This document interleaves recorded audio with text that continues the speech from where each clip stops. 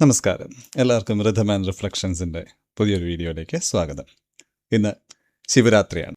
ഈ ഒരു ദിവസം വളരെ ആരാധനാപൂർവം അതുപോലെ ഭക്തിപൂർവം ആഘോഷിക്കപ്പെടുന്ന ഒരു ദിവസമാണ്.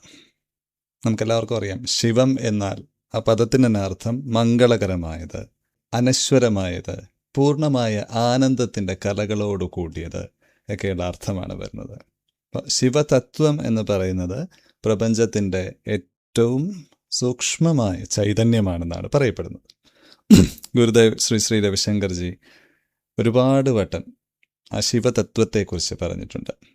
ആ ശിവചൈതന്യത്തെ നമുക്ക് പല കഥകളിലൂടെ ഒരു പേഴ്സണാലിറ്റി കൂടെ, ശങ്കരൻ എന്ന ആ ഭാവത്തിലൂടെ നമുക്ക് ആ ശങ്കര കുടുംബം, ത്രിമൂർത്തികൾ, സംഹാരശക്തിയുടെ മൂർത്തിഭാവമായ ചൈതന്യത്തെ നടരാജനിലൂടെയും, ആനന്ദ നടനമാടുന്ന നടരാജനായിട്ടും, അതേപോലെ സംഹാര താണ്ഡവമാടുന്ന മഹാരുദ്രനായിട്ടും ഒക്കെ നമ്മൾ കാണുന്ന, അതേപോലെ തപോനിഷ്ഠനായിട്ട് മഹാശാന്ത പ്രകൃതിയായിരിക്കുന്ന ഒരു തപോനിഷ്ഠനായിട്ടുമൊക്കെ നമ്മൾ പുരാണങ്ങളിൽ കണ്ടിട്ടുണ്ട്, അല്ലേ?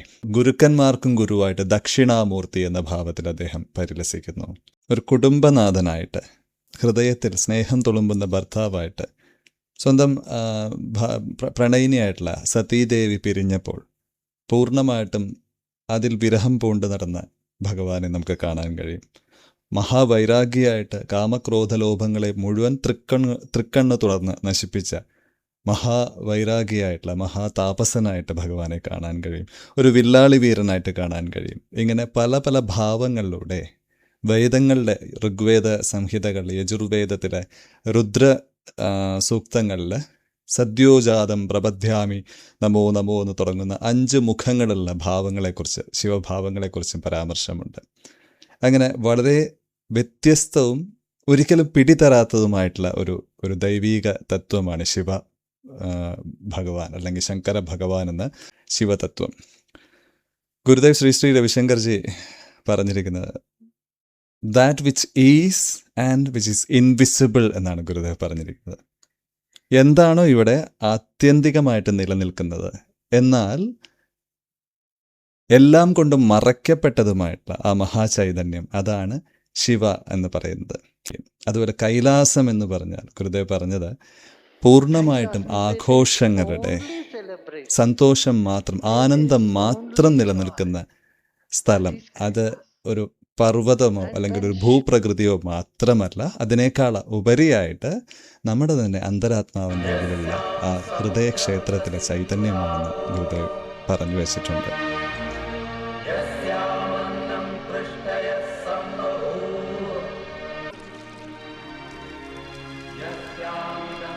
നമ ശ്രീശംഭവേ സ്വാത്മാനന്ദ പ്രകാശവപുഷേ എന്ന് പറഞ്ഞുകൊണ്ടാണ് സ്വന്തം അന്തരംഗത്തിൽ വിളങ്ങുന്ന ആനന്ദത്തിൻ്റെ ആ മൂർത്തിഭാവമേ, ആ മഹത്തത്വത്തിന് എൻ്റെ പ്രണാമം എന്ന് പറഞ്ഞുകൊണ്ടാണ്. അതെ, നമുക്കെല്ലാവർക്കും ആ അന്തരാത്മാവിലുള്ള ശിവതത്വത്തെ, അനന്തമായ അവബോധത്തിൻ്റെ ഭാഗമായിട്ടുള്ള, അതിൻ്റെ ഭാവമായിട്ടുള്ള വാസുകിയെ കഴുത്തിലണിഞ്ഞ ഇൻപ്രഡിക്റ്റബിൾ ആയിട്ടുള്ള ആ ബ്രഹ്മതത്വത്തെ, ആ ശിവതത്വത്തെ നമുക്ക് ഈ ദിവസം അന്തരാത്മാവിലേക്ക് ആവാഹിച്ചുകൊണ്ട് ആ ശിവരാത്രിയിലേക്ക് നമുക്ക് കടക്കാം. പ്രഭും പ്രാണനാഥം വിഭും വിശ്യം ശിവം ശങ്കരം ശംഭുമീശാനമീഢേ മുദാമാകരം മണ്ഡനം മണ്ഡയന്തം മഹാമണ്ഡലം ഭസ്മഭൂഷാധദന്തം അനാദിം ഹ്യപാരം മഹാമോഹമാരം ശിവം ശങ്കരം ശംഭുമീശാനമീഢേ പ്രഭും പ്രാണനാഥം വിഭും വിശ്വനാഥം ജഗന്നാഥനാഥം സദാനന്ദഭാജം ഭവദ്ഭവ്യഭൂതേശ്വരം ഭൂതനാഥം ശിവം ശങ്കരം ശംഭുമീശാനമീഢേ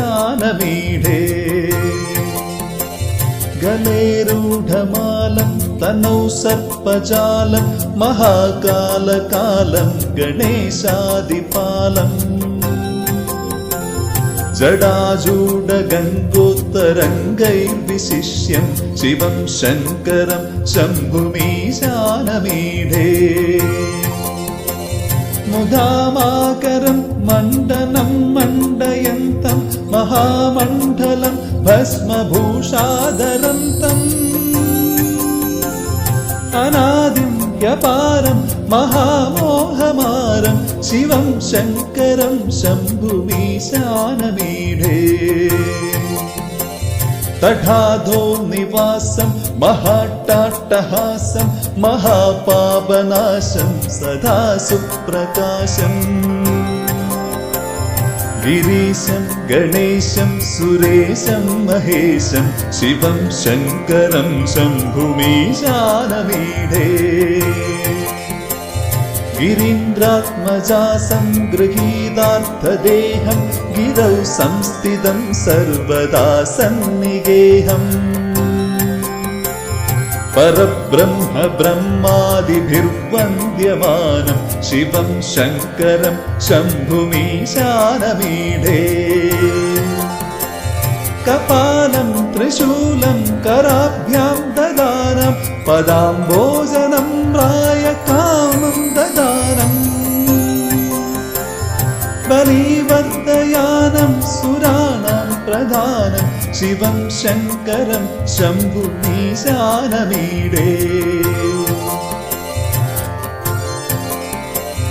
शरच्चन्द्रगात्रं गुणानन्दपात्रं त्रिनेत्रं पवित्रं दनैशस्य मित्रम् अपर्णाकळत्रं सदा सच्चरित्रं शिवं शङ्करं शम्भुमीशानमीढे सवंयप्रभादे नरः शूलपाणे पडेत् सर्वदा वर्गभावानुरक्त सपुत्रं धनं धान्यमित्रं कळत्रं विचित्रैः समाराध्य मोक्षं प्रयाति विचित्रैः समाराध्य मोक्षं प्रयाति विचित्रैः समाराध्य मोक्षं प्रयाति